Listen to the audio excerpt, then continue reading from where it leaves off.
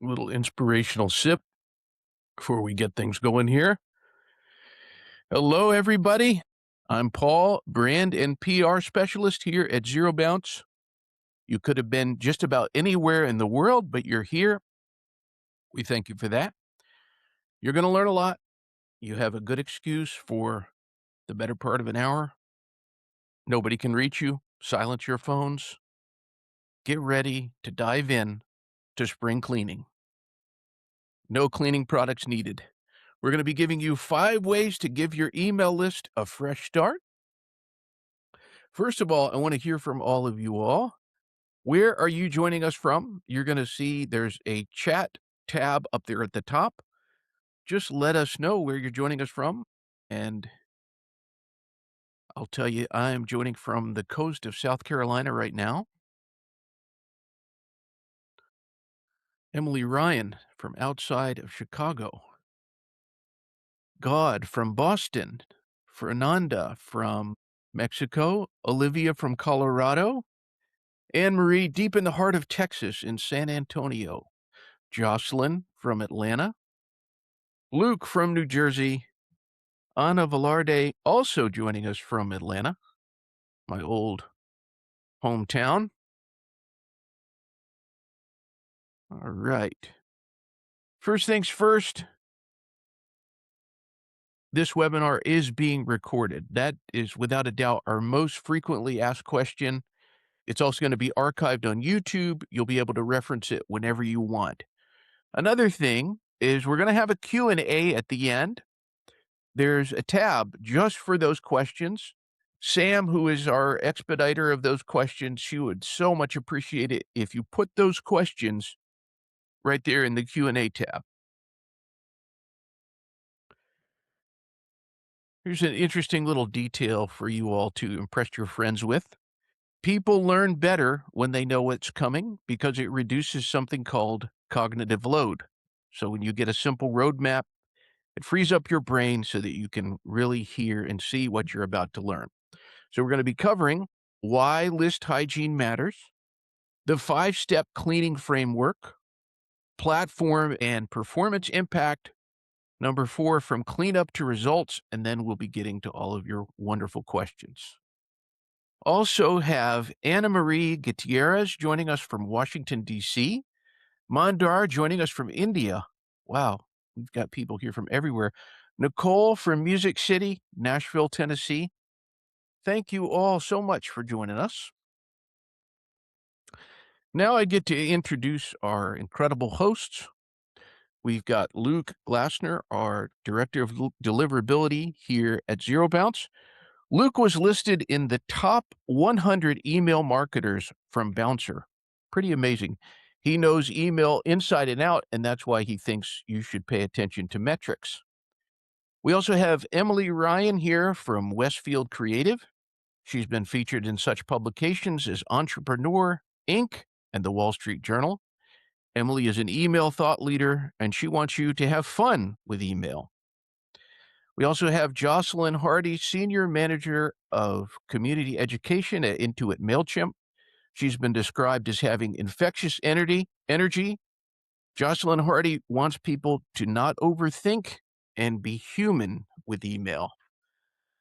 So these are the people you're about to meet. Going to bring them in here one. Okay. How is everybody feeling today? We're good. It's good to be here, Paul. Good to have you all. Who's ready for spring cleaning? Here we go. Let's do some cleaning. All right. So a little question to get started. I'd like to hear from each one of you. If you could instantly improve one thing about your email list, what would it be? Well, I'll start. If I could instantly improve one thing about my email list, what would it be? It would probably be visibility into different groups within my list and how those perform. One place you can kind of see that is in the audience dashboard at MailChimp, where it does show you like the audience's stats. That's very nice. A lot of people don't actually do that. I would also love to be able to see stats by like a specific segment and, so that I could track it over time. So, I'm big on email metrics and I'm always looking for more data and more metrics. All right, very good. And just as a reminder to all of you out there attending, there's a poll tab up top. You can weigh in and let us know which one of those resonate with you more. And next, let's hear from Jocelyn. If you could instantly improve one thing about your email list. Sure, sure. I'll probably be the one that's going to be the advocate for engagement rates, right? Just making sure your opens and clicks are it's where it needs to be, right? Mhm. Comparing against the industry benchmarks, comparing against your best performing campaigns. I could have two people on my email list and that's fine as long as they engage and is relevant to them. So I'm less about the vanity metrics and more about driving engagement and being super relevant and personalizing when I can. All right. And Emily, what about you? Yeah, it's really hard to choose one of these. For me personally, I would say grow my list faster. That's been my greatest challenge with my own newsletter. And I found the more successful I am with email, with the bigger the list I have of obviously opted in qualified subscribers. But growing your list is not easy. And it makes a massive difference with what you can do with email marketing I think with my humble email list, I would just want people to say, I like it. I like it. or that. And with that, I'll leave it to the experts. I'll see you all at the Q&A at the end. Have a great webinar, guys. Thank you, Thanks. Paul. Thank you. Thank you. So we're going to kick off today with why spring cleaning matters more than ever. And maybe we'll do like one or two slides and then we could check on that poll, give people a moment to answer. So, your list hygiene and keeping your list clean matters more now than ever. Email is definitely under pressure to perform, but there's also been a lot of pressure on senders coming from the ISPs about the quality of their lists and the data that they're mailing, along with all the, everyone seems to focus on their email authentication rules, but they also talked a lot in those new sender guidelines about, sending wanted email, avoiding spam complaints, and sending to valid subscribers that have opted in. I find, even for myself, that the quality of the data leads a lot to the success or failure of my email campaigns. If my campaign data is poor, then my campaign results will usually follow that. And it starts with, avoiding bounces, not just the hard bounces, but also the soft ones, avoiding adding complaint people to your list, things like that, and actually doing hygiene on an ongoing basis. A lot of people do it like when the person first comes in, but then never ever goes back and thinks about how to clean it up later on, right? Cleaning data isn't optional anymore. And this is one of the areas where we need people to, actually really worry about this and do it. It's not just in the spring, it's all the time. So what happens when our lists go unchecked? Well, you're going to get high bounce rates. Invalid emails cause, bounces. And if your bounce rates are too much, you're going to have a really hard time not only reaching the inbox, but even just getting delivered at all. You're a lot more likely to see things like gray listing or blocks because of really high bounce rates. Another big thing is these old addresses that have been abandoned sometimes get recycled into spam traps. And different ISPs have different like minimum times and rules about them.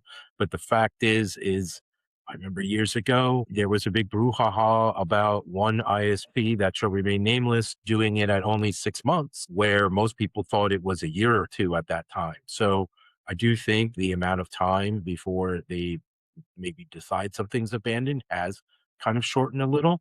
And then when you hit the spam traps, when you hit high bounces, when you mail to known complaint people and you get extra spam complaints, all that does reputation damage to your sender reputation. Those poor metrics will lower your reputation. You could get blacklisted and not be able to deliver at all. There's lots of things that can go wrong from mailing a dirty list. It's also not unlikely that your account may be locked because you are obviously sending to garbage data.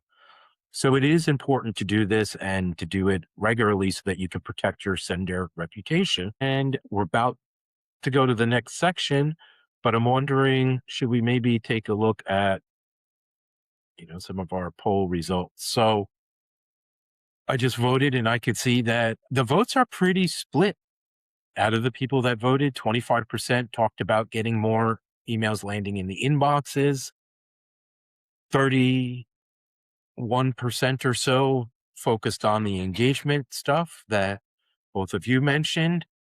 Another third talked about cleaning up sketchy and bad emails. Oh, we got another vote in just now.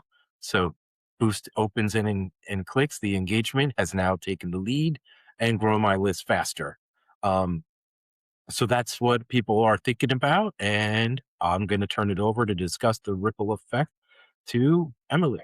Oh, no, to Jocelyn.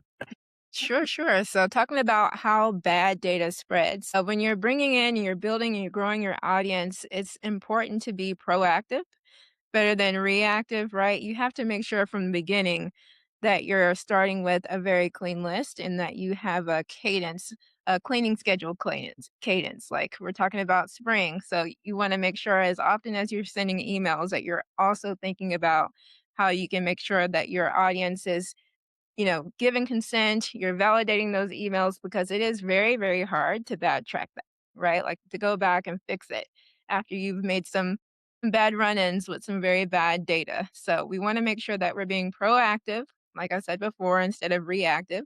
And I know that in MailChimp, we have a system called Omnivore that will actually scan your emails and try to help you with that, in addition to some other tools out there.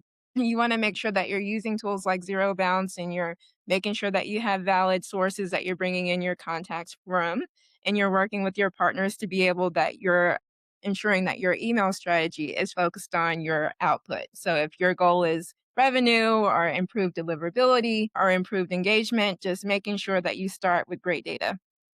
Because right here, specifically on the slide, you don't want to miss out on any opportunities, right? Because your emails are not reaching the inbox at all.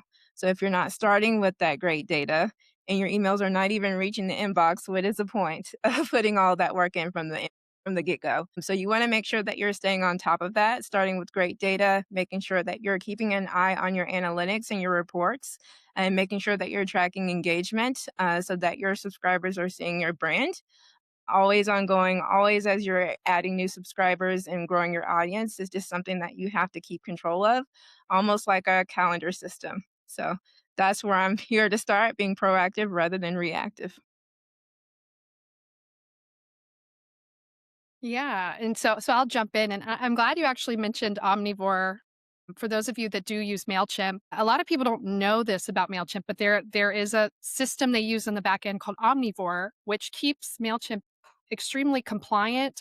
So I've worked with so many clients who load in these lists that they've purchased or whatever, and it gets flagged immediately. Like your account is like, suspended because Mailchimp really has pretty strict compliance standards for your list. So I'm so glad you mentioned Omnivore. But yeah, let's talk about spring cleaning. I love the idea of like making this a regular, spring cleaning, fall cleaning, summer cleaning, making it a regular habit. So you really have to make it an ongoing habit. We don't just do it once and we're done. You have to do this regularly, not a seasonal reset. And I wrote here that smart marketers really treat list hygiene as an ongoing thing because always, we're getting new subscribers all the time. We're losing subscribers. Our lists are constantly, hopefully, constantly changing. And that clean data is going to help us make better decisions with our email campaigns and segmenting. And it's ultimately going to keep you in the inbox. Like Jocelyn said, like, what is the point of email marketing if you're not landing in the inbox? That's step one. So this really is so crucial. And the stronger your list is, the stronger performance you're going to have with your campaigns. So a lot of times I tell people like, oh, great. Like you have an 86% open rate. That's because your list is super clean because you've started from zero and you've grown it, one subscriber at a time. Like your open rates are going to be higher when your list is cleaner. So the question really is like, how can you build this into your monthly strategy? Can you put a note in your calendar that says, okay, on the 30th of every month, I'm just going to do you know, 15 minutes of cleaning of my account, maybe run it through a list validation real quick. What can you do on a monthly basis to keep things healthy? Yeah. And then I think Luke is going to start with this amazing 5-step framework. Yes. So here's the framework basically. As you can see, we start with removing the bad emails.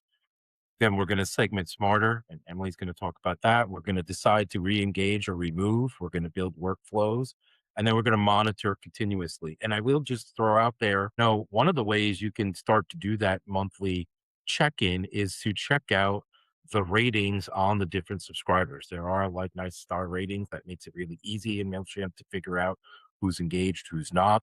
Um, but also make sure that you're thinking about it and looking beyond that. And of course, all the ESPs will clean off your hard bounces, but you might want to think about, what are the rules? Do they make sense for soft bounces? There's different ones, right? If someone engaged with you, it tends to go longer versus someone that never engaged, things like that. And when is it time to clean them? But let's start with step one, which is remove the invalid and risky emails. So the first one is, stop sending emails that can hurt you by removing them. You want to clean before you send, not after. Don't use your ESP as your hygiene tool. Figure that out before you send, instead of getting a lot of bounces and having the tool remove them. Proactively remove them, like Jocelyn says, and protect your sender reputation from day one. Because when you have better data coming in, you're going to have better results coming out. And I have to say, I really love our list here with Dan LaRusso and Marty McFly and all these people that I know. I would love to have this list of characters. So what does validation do, just in case anyone doesn't know? So basically it goes in, it checks the email addresses, it tells you whether they're valid or not. In addition to that, um, it identifies possible risky emails, right? An email can be valid and still be risky. Like, for example, you don't want to mail people on the national do not mail list. There are people that are known. We often refer to them as known complainers. These are people that like to opt out using the spam button. If they're not engaging, they're definitely someone risky to keep mailing, because when they decide to opt out, they're going to mark you as spam. It stops it from getting to the point where you're being flagged for risk levels and preventing costly mistakes.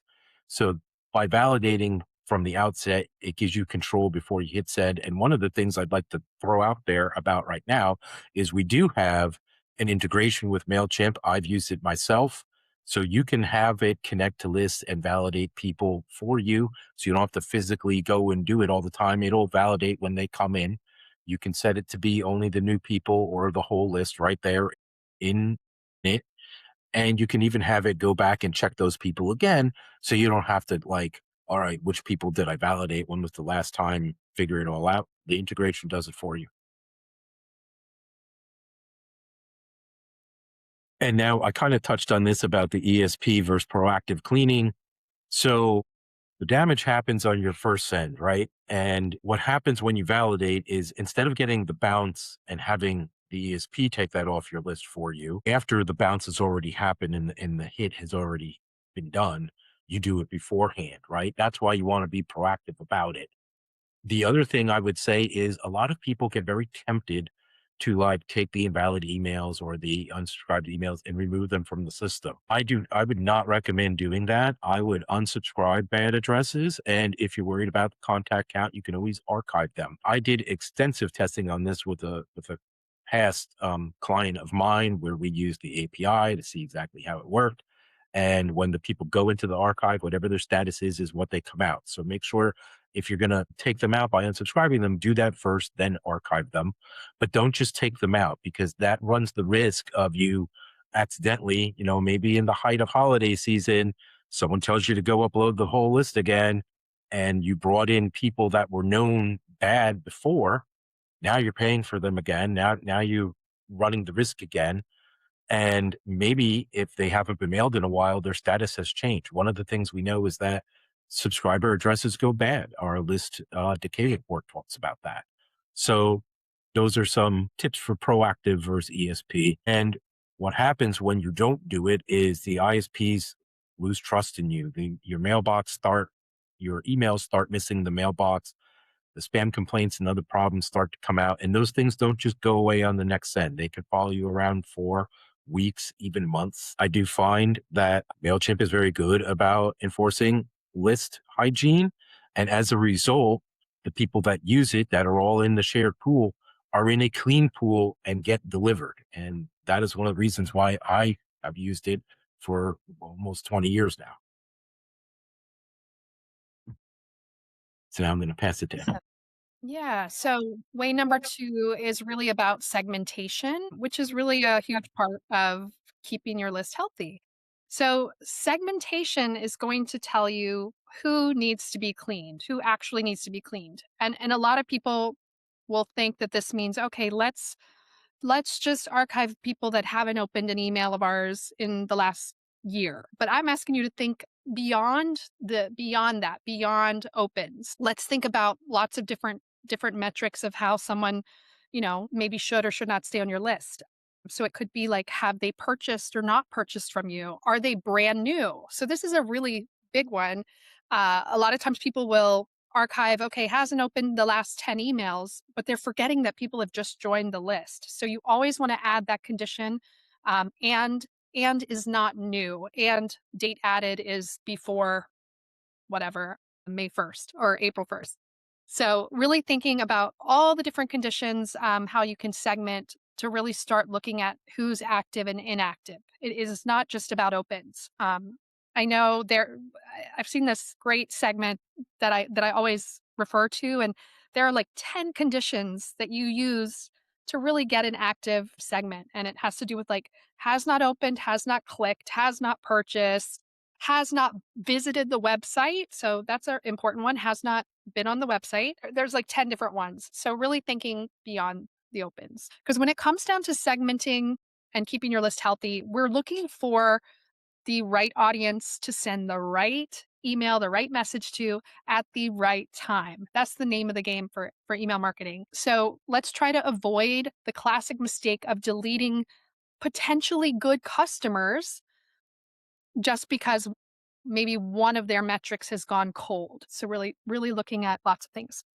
So you can also look at these various things too. You can look at the engagement data, which of course is a no-brainer. And I always tell people like it depends on your business what, the time period, like 30 days, 6 months, 1 year. Someone that is not emailing very often, you're going to want to look at, hasn't opened in the last year. Whereas if I'm emailing every day, I'm a big brand that sends 7 emails a week, we could probably look at the last 90 days. So really think about your business and what time period makes sense for your business. Purchase data, of course, has not purchased, maybe has only purchased once, in maybe purchased 5 years ago, but hasn't recently. And then, of course, personalized data like location is a great thing to segment on. Maybe you keep, no matter what, you want to keep your local customers, preferences. So if you have any sort of preferences set up, people can choose like, I want less emails from you, or I only want to hear from you once a month. So really looking at that data. And then, of course, the life cycle data, depending on where they are in your customer journey. Are they new? Are they first time buyers, repeat customers, or lapsed customers? Yeah. And then way number three is to spring clean is talking about re-engaging or letting go. And this really is a hard question. Um, because every subscriber, like I know we work so hard to build your list. So people are so scared of deleting an email from their list. And I do work with people to be okay with letting people go. But you do need a strategy for those inactive contacts. And you have to start to be okay with archiving archiving people who are truly inactive or who are, these spam trap emails or do not email. Like you have to be okay with letting them go. A simple, direct win back email is one of my favorite ways to kind of start with. So what I love to do and suggest to clients that you set up an automation that triggers after someone has not opened an email in a certain time period. So hasn't opened an email in the last 3 months, they're going to get an email asking like, hey, like, Do you want to hear from us? Do you still want to hear from us? Or with some kind of really great offer? That's a great way to win someone back is to send them a really nice offer, discount, promo, whatever it is. Um, but then at some point, you have to really look. Okay, you sent the win back email. Maybe you sent a second email and people still didn't open either of those. It's time to let them go. Like, don't be scared. Let's clean them out. Let's clean out the weeds and boost our open rates. And another way you can actually do this is to ask people up front to set their preferences. I love a preferences center. I think it's really important. It prevents people from unsubscribing to your emails. So, really giving people options, whether that's like in the footer of the email to set your preferences or send out an email and say, hey, like, we want to send you the most relevant content that you want. Like, click here and let us know. Take this little survey and let us know. Like, do you want to hear from us less, more, once a month? And then you really have to manage those preferences. Yeah. And then the last one for me is about re-engagement tactics. Re-engagement is important for keeping those people we don't want to lose. So you can again create that re-engagement series of emails. I like to create a series rather than one single email because again, like one email in a crowded inbox, people might just miss the first one. So let's give them a chance to re-engage. Let's create a series of 2 or 3 emails. Are you sure? Are you there? We haven't heard from you in a while. Here's an offer. Create that 3 email automation and offer that compelling reason to come back. And then I think the key really is to start re-engaging sooner. So, you know, you don't even have to wait to the 90-day mark. This way, this will prevent people from going inactive. So, say it's 30 days. 30 days, they have not opened a single email. Send them a re-engagement email sooner and hopefully get them back. And then lastly, archive any contacts who haven't opened or purchased or are not new in the last year. Actually, today, I encourage you to go into your ESP and create a segment of hasn't opened, hasn't purchased, is not new, and just see who is truly inactive. You will be shocked. Like I do it for myself, and it's like half my list is inactive. So go try that today. Yes, and then I'm a little redundant here, but when to suppress. This is people just wait too long to archive their super inactive contacts. Spring clean is the name of the game. I like to suggest the list validation first. That's kind of always my first step for clients. Like, okay, like we're starting at square one with spring cleaning.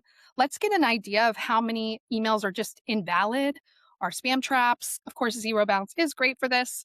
Highly recommend. And then you're going to use a clear engagement strategy to kind of figure out what to do once you have that validation done. And so I give a few recommendations here. If you're sending that weekly campaign, like every single week, you can say, okay, we're going to suppress people around 90 to 120 days. And if we're sending less often, 6 to 12 months. Yeah. And so I think I've mentioned a lot here about re-engagement, but let me know if you have questions, please. Yeah, and this is the framework that I like to use, like, obviously engaged, keep emailing, disengaged, validate, re-engage, win back, and then unresponsive, get them off your list. Perfect. Yeah, and, number 4, let's see here, number 4, we have, zero bounds, Luke. Yes. So where does our bad data come from, right? The best list owners just clean. They're built clean from the start. This is something I've seen a lot of people have problems with. You got to stop the entry at the form where they opt in. One moment.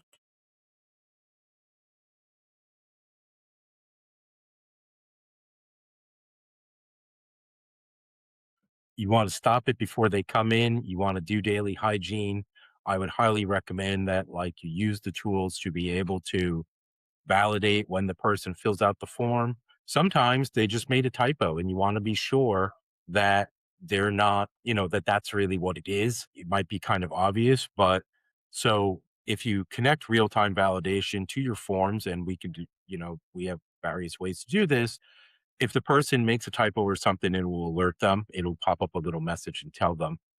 And the other thing I would strongly advise people to do is to look at like a recapture type thing on their form to stop bot signups. One problem with bots is that they often use valid emails when they sign up. So you might not see that invalidation. So you do want to have that as well and make sure that you're, checking for those as you go and avoiding those bots coming on your list. You really don't want them there. And then, you want to follow the best practices for clean data. So that's the first thing I talked about validating the emails at point of capture.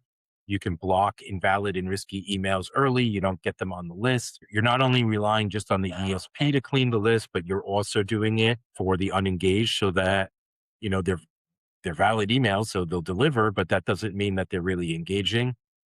You want to keep the integrations to feeding a clean data only, have them flag potential problem people, and make it a habit that you do these things so that you're doing it all the time. Clean data isn't a one time fix, it's a repeatable process that you want to repeat on a regular basis to keep your lists clean and good. And why don't, why don't you start with this one and then I'll chime in? Yeah, yeah, absolutely. I think these are some really great suggestions here about monitoring as you're sending your campaigns. This is something you could do every time you send an email is tracking your list health after each send. So, um, I'm a preschooler here, but really looking at the bounces after each send. A lot of people just skip right over that. They're so focused on open rates and click rates, but like how many emails are bouncing every time you're sending a campaign? After someone bounces, in my opinion, 4 or 5 times, they should be cleaned off your list. MailChimp does clean off bounces after a certain number, but it's a lot. Watch for spikes in complaints. You should be monitoring spam complaints. Absolutely. Abuse reports, if you send a campaign and you see, okay, we had, 5 abuse complaints this time, but we had 0 last time. Think about maybe what you did differently in that campaign. Was it a little more salesy? Was the content just not as relevant to your audience? Really looking at those numbers is so important. And then, of course, monitoring your engagement trends over time. So, looking at the analytics report of, last 90 days and comparing it to last year, same time period. How are your open rates and click rates this year versus last year? I love comparing like year over year, and you can do that easily in MailChimp. And then you want to adjust your email strategy based on what you're seeing. So more abuse report, spam complaints. Let's not do that same something we did in that email did not work. So let's adjust. Yeah, I would agree with all those. I especially look out for the complaints and look at where they coming from and things like that because to me, one of the most important metrics is the spam complaints because they're one of the quickest ways into the junk folder. And we talk a lot about the guidelines and things, but just because you're under the like max doesn't mean that you shouldn't be concerned about them. When you have a larger list, that rate is going to be really small. So you could get complaints and have it go up without it really changing the rate that much. But if the number of complaints on today's email was 3 or 4 times the number that it normally is, even if it's under the threshold, there's still going to potentially be action taken on that. But it also is just like a warning to you as the marketer, as the sender, are, did we do something different in this one? And one thing that really helps with this and with all monitoring of the engagement, right? Whenever we're talking about deliverability, we have to worry about things being down to the ISP level, right? If someone makes a complaint at Microsoft, Google doesn't know that they made a complaint at Microsoft. So you really want to look at these metrics based on the ISP. Now, in your campaign report, I believe it's in the More button, there is another report from MailChimp that's a stock report called Top Domains. And in there, you can see the like top by representation the top domains. If you're a B2C sender, this is going to be like Gmail and Outlook and Yahoo and those kind of places. If you're a B2B sender, it's probably going to be like large companies because they usually use their own custom domains. But guess what? They're probably either on Workspace or they're maybe on Microsoft, some version of MS 365 or maybe an old, what we used to call Office Outlook, those kind of things. Um, Go in there, look at that, and see I may be doing great at one ISP, but I'm bombing at another, and that's going to lead to a problem there. And so this report is really critical to managing deliverability because it gives you that breakout and it allows you to see that.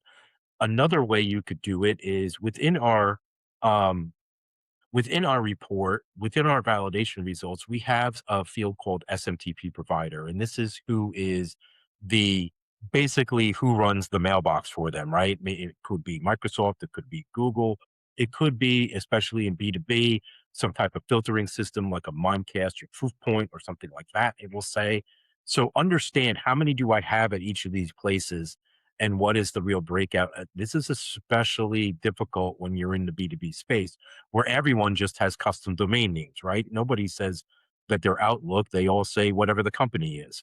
So that's a way to understand that. And then if you're looking for additional engagement signals to kind of monitor and see what's going on, we also have the activity score. And the activity score can be very helpful for you because you could go in there and you could look and say, okay, well, in the activity score, we see this person is fairly active with that email address, but they're not necessarily active with your mail.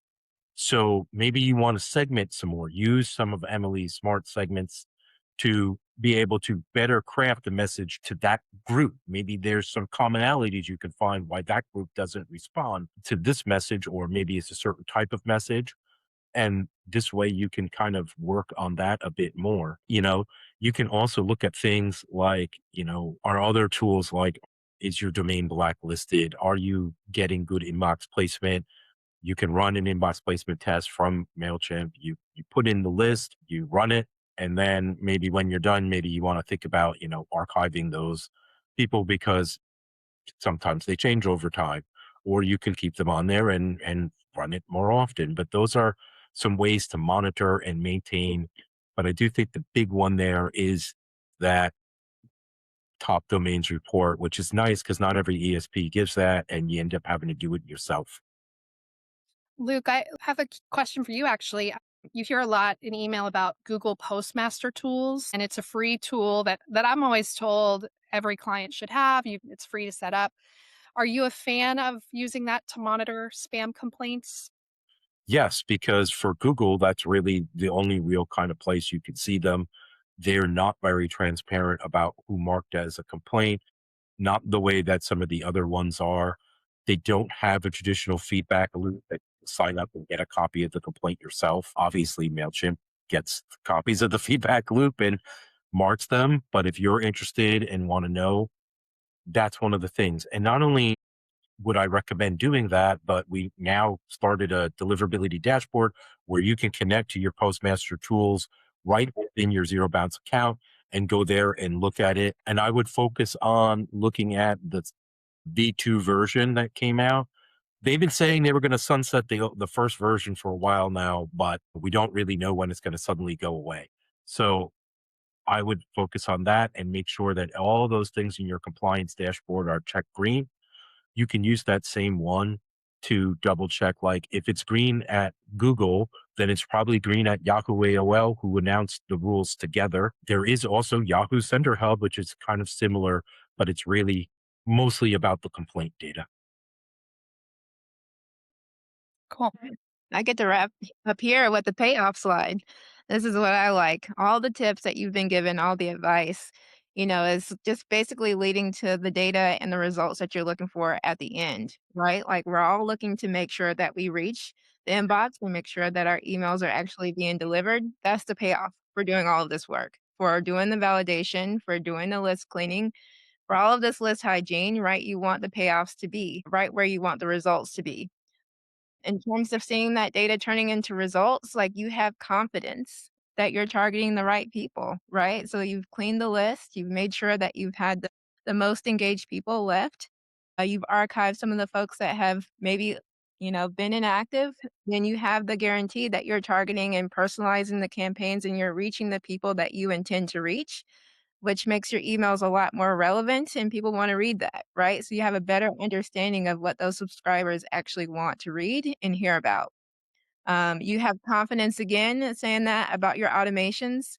I mean, a lot of times we set those automations to set it and forget it, right? We now have a clean list and we have done the hard work. We can make sure that those automations run the flows that they need to run and they engage the people that they need to engage.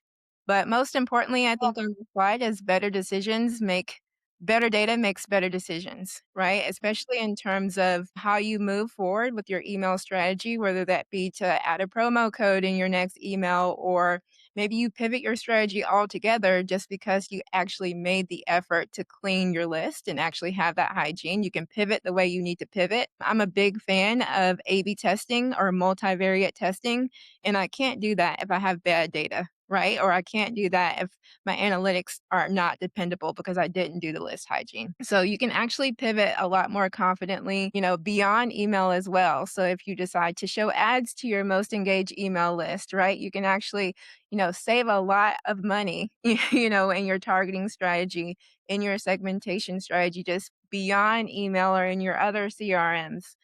So it's not just, improving your email, like I said at the bottom, it's unlocking your entire platform, which is entire every touch point that you have with your audience. It just gives you a lot more confidence when you have that clean data.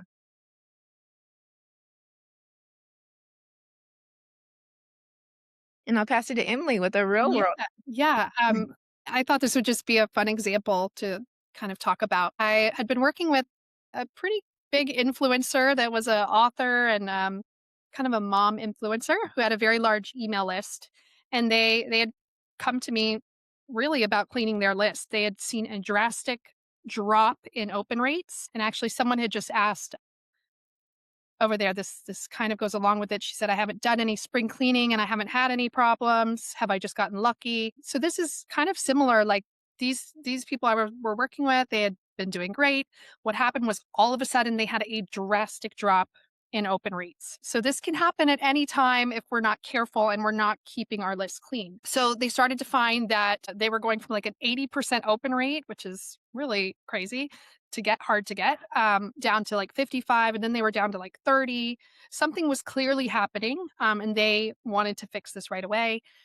So I did first recommend zero bounce list validation. We did that first. We cleaned out quite a lot of invalid emails, abuse emails.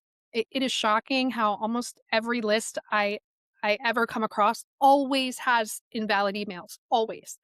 Um, and then we started with creating a preferences page to start collecting, people, do you want to hear from us less? Why, trying to figure out why people aren't opening, and then talking about a re-engagement strategy. So starting with a very small batch of people that were somewhat inactive. You have to be very careful emailing, re-engagement campaigns are tricky because you're emailing people that are not active. So you can get very low open rates, which can really hurt your deliverability. So you have to be super careful. So we started with a small group of people, like 500 people, just to kind of see if they would open the email. And they did. And so we kind of started replicating that process to bigger batches. And now we have a plan in place where we're re engaging on a regular basis, re engaging sooner, and really keeping an eye on keeping our list healthy, and keeping those invalid emails out. So yeah, in that little more button in MailChimp that Luke mentioned, like you go to your campaign, you click view report, more, that gave me so much information on what was happening. It ended up being it was a Gmail issue because all of the open rates, so it shows you like Yahoo open rates, Outlook, Hotmail, all of those were like 60%, but then Gmail was like 19%. So it was like drastically lower. So that signaled to me, okay, something's going on with Gmail. Let's take a look. Let's segment out Gmail emails and let's take a look at maybe what's going on there. But yeah, no, it's you really have to just keep an eye on things.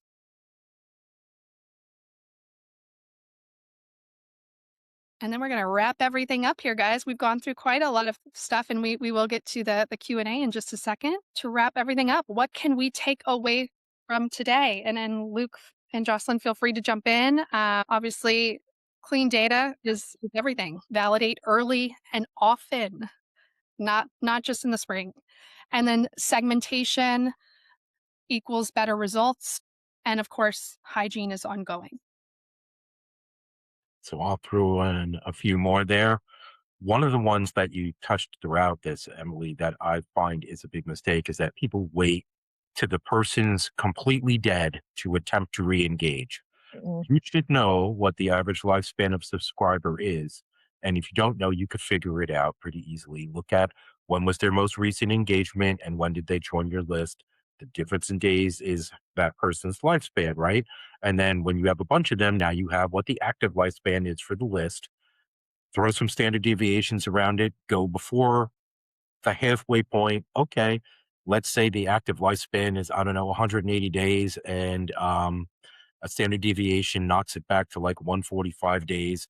If I see somebody that's at 100, 120 days and they're already disengaging, I don't really want to wait till it's been 6 months and 3 months of them unengaged or 2 months of them unengaged. I want to find that there so that most people make it to here, and if the person is unengaging before that, then you need to time the win back. A lot of people also they do like a little rest period before they send out the win back. So they stop emailing them for a little while and then they redo the emails.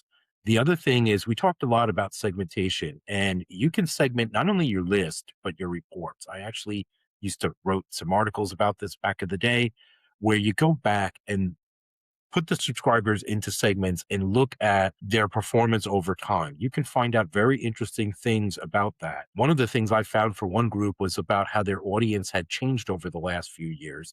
And so they didn't really change who they were pitching to and what kind of stuff they were sending, but the people on the list had changed, right? They went from people that were like, mid-career professionals to people that were, it became popular and were French college grads. Well, those type of people are looking for very different things and things like that.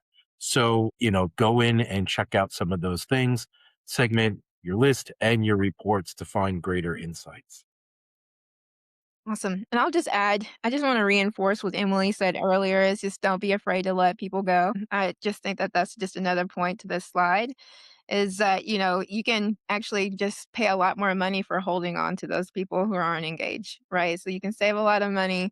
You can improve on your engagement. You can improve on your output, your results by just holding on to those people who actually really want to let go. And you actually be surprised by re-engaging some of these inactive people, how much they might actually start to engage because you're paying attention to them. So people love to see that. They're like, hey, you notice that I'm not engaging, right? And they start to re-engage again, or they might buy more products because you offered them something exclusive. So this is actually a really good strategy to implement in the long run. So just reinforcing all of those things that we said before. And think about it with SMS marketing as well. I just thought of it because I got a text today from like a local restaurant and they're like, hey, Emily, we haven't seen you in a while. And I thought that was such a good idea. Like you can re engage on SMS as well. Absolutely. All right. Well, lots of great information here.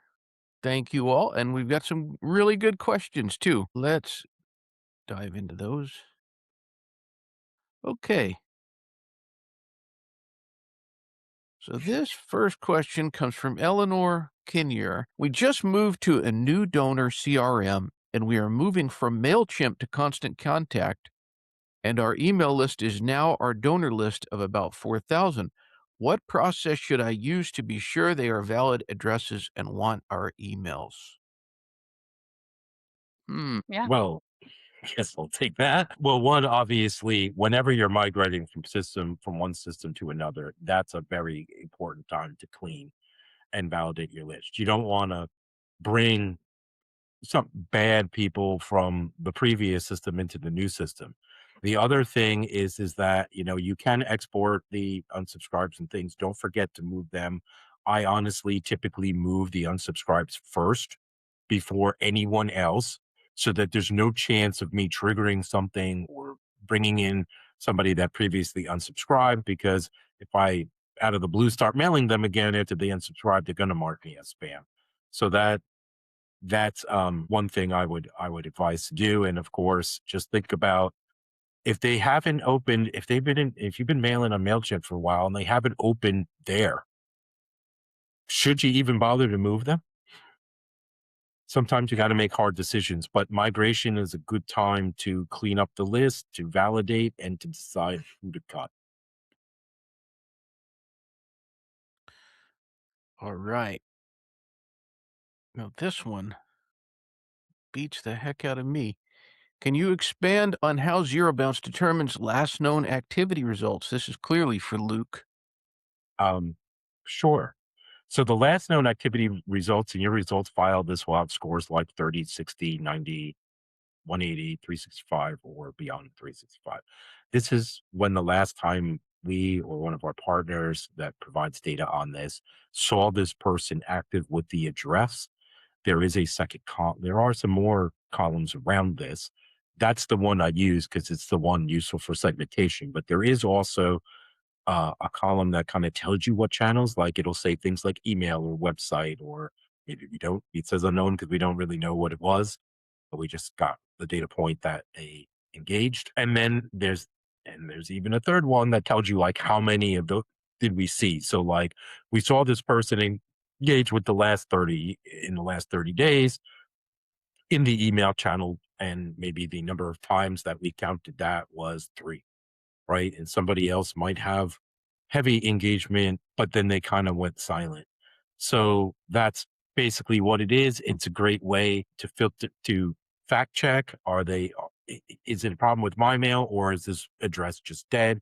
Maybe they gave you not necessarily a deposable one, but like, I don't necessarily give you my primary mail first.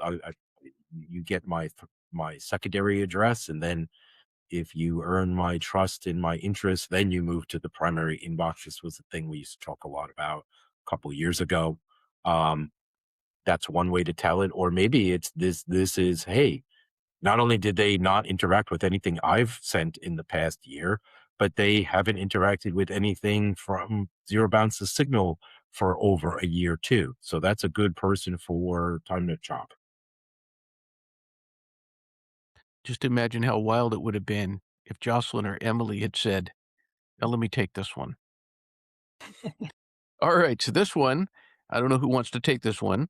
Our B2B contact database contains nearly 30% catch-all email addresses, which may increase email deliverability risks for our clients. What are the best ways to mitigate this risk and maintain healthy campaign performance? Good question. Honestly, I think that's a Luke question again. I mean, if you can actually expand on catch-all emails, I'd love to hear kind of I am often perplexed about what to do with the catch-all. Yes. So we do have a second scoring process where we score the catch-all addresses and rate them 1 to 10.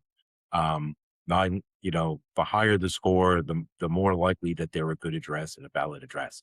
What catch-alls actually are often kind of like, I don't want to describe them as they're they're a bucket.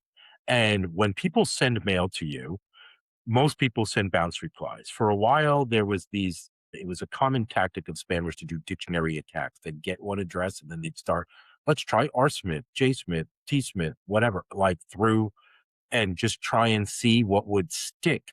If it bounced, they knew that the thing that they came up with was done. If it didn't, then they found the real address. So to thwart this, people started building these catch-all mailboxes where instead of it bouncing, it would go into this catch-all box. So it wouldn't say that, it wouldn't tell them which addresses were valid or invalid for a given domain. So that thwarted their effort. And sometimes catch-all addresses might be what in MailChimp are often referred to role addresses. These are kind of like group mailboxes, like a sales ad or info ad, admin, postmaster. Honestly, you probably, unless you actually know that postmaster, you probably shouldn't mail anybody whose address is named postmaster. And so they can also be in there. So there can be decent group mailboxes, or maybe some people behind it that are engaging, or it can be this thing to thwart spammers by running the catch-all scoring. We help you pick them out and tell you which are, kind of risky. And by the way, that's anybody with a 5 or less and who's safe to mail. 9, 10, usually fine. 8, 7, You could try them, but I'd watch it. If they went through and didn't engage within the first handful of emails, I'd probably let them go right there because they are a more riskier type of mail. We've got just a couple more questions and just want to call to your attention the screen there. There's two QR codes. One is to create your very own free Zero Bounce account. There's also one for MailChimp and Emily at Westfield Creative. You'll get 20% off a new MailChimp standard or premium plan or upgraded plan for 1 year. You also want to subscribe to Emily's 9 Things email that comes out every Sunday. Highly recommended. Just go to emilyemails.com/get. Now, this next question here. We'll be sending to a new list of 35,000 and plan to send our initial emails in smaller segments so we don't get flagged. What size send groups would you recommend not exceeding? This is definitely a deliverability question. Yes, I'd be curious to hear Luke's thoughts on this. I mean, I I advise different things to different clients depending. But of course, I start really small because I get very nervous when you're just starting a brand new, sitting from a new account. I mean, I don't know. I start with like 1,000, and then typically, what I like to do is each time you send, you double that number, but you go a little bit less than double. There's like some reasoning behind it. So the second email you send would be like to 1,900 people. Then you double that, and then you just keep building and building. And your warming process really should be, you know, it should take some time. It's going to take some time to do. But I'd be curious to hear what Luke would suggest. Yes, when I do this, I do start with, it depends on like the size of list I want to get to and what kind of audience it is, right? If it's a B2B type situation, I usually start really like tiny, like 25, 50 people Uh, um, per provider. In B2C, I usually start with, you know, a 100 or 200 per provider. So if so what that means is like I might have 100 Outlooks, 100 Yahoos, 100 Gmail. If your list is heavily in favor of one ISP, like for example, I'm a B2B mailer and half my list is, a B2C mailer and half my list is Gmail, which is not uncommon considering how huge Gmail really is, then I might maybe start with like twice as much for Gmail as I do with everyone else, because otherwise what's going to happen is, and then I batch people based on their engagement, assuming I have that. If I don't, then I use the activity score as a marker because I don't have any history on them. But usually you have some history. So the people that are the most engaged go first. And we work our way from our most engaged people to our least engaged people. You could double it every day. Make sure you're looking at that report in the more area because you want to see, right? Like if I'm sending these out and I have a problem at Gmail, I don't want to keep doubling at Gmail. I want to get them to accept the amount of mail I'm sending before I increase them. However, that's only there. Everyone else is fine. So everyone else can continue on their warm up set. Another thing I do with this is I use batch IDs to do this, and I always use numbers. If I find I need to split it, I can add a decimal point to my number and still use the same type of segmentation rules like select anyone whose batch ID is equal to 4, exclude anyone that's 3 or less because I just sent them yesterday, right? Or, if I'm moving from one system to another, that also makes it easy to track that. How long is it going to take? A few years ago, we would used to say 30 days. Now, even any like larger list, you're talking more about 45 to 60 days. New domain, 90 days minimum, right? Like if you're starting with a totally brand new registered domain, Google and others are going to kind of throttle you a little for the first 90 days while you establish that initial reputation. If you already have the domain existing, then yes, it could be anywhere from 30 to 90 days to get through the list. A 35,000 person list, honestly, that's not huge. So you could probably get through it in maybe less than 30 days. But I would still plan that because no matter what, You're going to get to like somewhere about 2/3 of the way through. You're going to start to dip into those more inactive people because you have already gone through all the best people. What's left is the not so great people. And that's where you're going to see the problem. And that's where you're going to have to slow the roll down a little.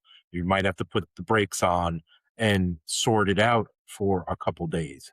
So even if you could do it faster, I would still plan that amount of time so that if you need the extra time, you have it.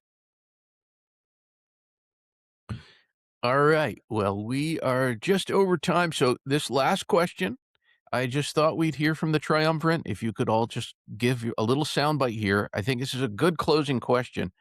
If you haven't done any spring cleaning or whatever or whatever season cleaning before, and also haven't had any negative experiences with emails, have I just gotten lucky or am I doing something right? Let's hear from each one of you. I'll just say, unless you have 100% open rate every single time you send, which I've never seen in 10 years, then there's always something you can clean in your there's always something to do to clean your list. Whether that's looking at, a segment of inactive for the last year or whatever, there's always something you can do.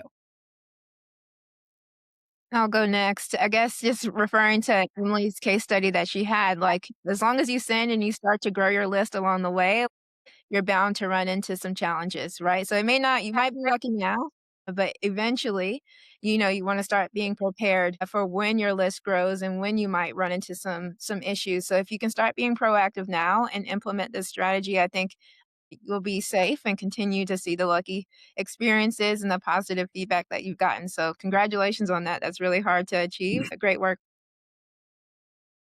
So I'll throw out there, have you gotten lucky or are you doing something right? I'm hoping that it's a combination of both, right? But I see this a lot. The person starts out, their volume isn't, their relatively new program or their relatively small mailer.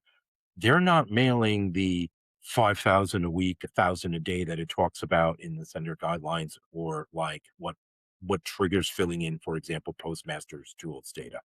Um, but that doesn't mean the ISPs aren't paying attention. What's happening is this problem is probably snowballing kind of hidden from you. And eventually it's going to come down on your head like an avalanche. And I had seen this with a lot of our project clients that have come in where, they were honestly fairly small. They were flying under the radar, or so they thought. And really, it was the ESP was just collecting enough data to reach that minimum point where they're going to put the hammer down. And at that point now, they've been running bad practices for quite a few months. This has been building in the background with zero visibility by the sender because until they take the action, you don't know that this is happening unless you're segmenting and cleaning and checking all the time. And of course, now once that happens, it's bad because you can't just pivot and recover quick, right? A lot of people often come to me and they think that like there's some magic bullet that they're going to magically reset their sender reputation and stuff. That's not how this works. If you trashed your reputation in real life for say a year with the person, do you think after 2 weeks they would forgive everything you did and just take you right back? No, right? Like expect for every month that things were bad to take a week or two for it to restore it. I think this is something that people miss a lot is they don't think about that. The signal was there all along. It just wasn't big enough for the ISP. The ISPs aren't going to take action on a handful of people, but when they get enough data points, then they come down like the anvil. And that's now you're in a world of pain because it's not easy to fix it. And it's hard to discover where it went awry because it really was not very visible. Well, thank you all so much. I've learned so much. I've had a good time, and I want to thank everybody who joined us today. Thank you so much for spending time with us, and I certainly hope that we repeat this again. Thank you, Paul. It was great being here. Thank you. Thank you, Luke. Thank you, Jocelyn. Thank you, Emily, and thank you all. And we will see you on that next webinar. Thanks for having us and thanks for joining us. Appreciate it.